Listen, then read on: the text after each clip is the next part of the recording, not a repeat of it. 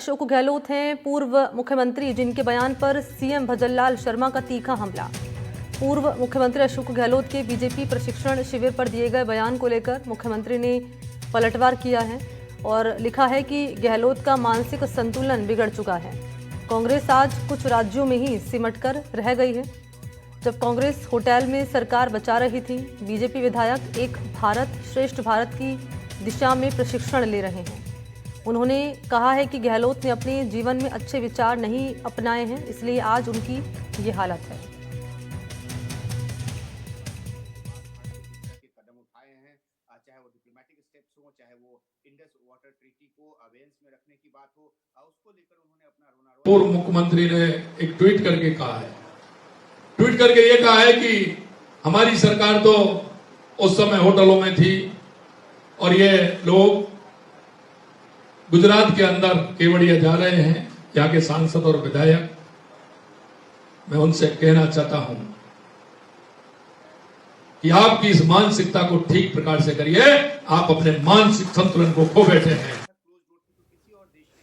तो सीएम भजनलाल शर्मा के बयान पर गहलोत हैं अशोक गहलोत, पूर्व मुख्यमंत्री, जिन्होंने पलटवार किया है और कह रहे हैं कि मेरा मानसिक संतुलन बिगड़ा नहीं है। मेरी बात में सलाह भी होती है, डिपेंड करता है कि सीएम क्या समझते हैं। खाली आलोचना करने के लिए कोई बात नहीं कहता।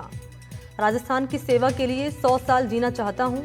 राजस्थान सरकार पूरी तरह से फेल हो गई है।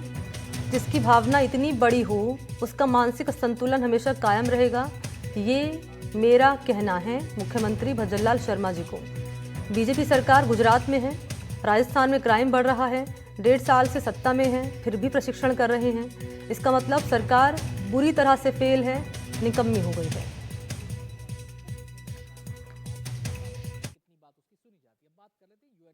आलोचना जो है वो आलोचना के साथ में सलाह भी होती है। मेरे अपने अनुभव हैं, तो मेरी ड्यूटी बनती है कि मैं चाहे सत्ता पक्ष हो चाहे विपक्ष हो, अगर मैं बात कहूँ खाली आलोचना करने के लिए नहीं कहूँ, बल्कि उसमें कुछ सलाह भी होती है। अब समझने वाला समझता है, अलग बात है। डिपेंड करना है कि वो क्या समझते हैं, वो उनके ऊपर है। तो मेरी इच्छा है कि मैं कोई बात कहूँ, आलोचना करूँ, तो साथ में कुछ सलाह भी दूँ मैं, इसलिए मैंने कहा।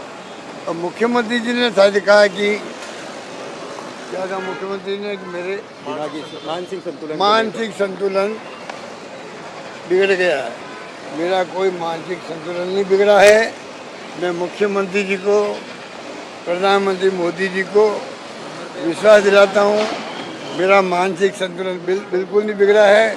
बल्कि गांधी जी ने तो कहा था कि मैं 125 साल जिंदा रहना चाहता हूँ। गांधी जी ने कहा था मैं 125 साल जिंदा रहना चाहता हूँ।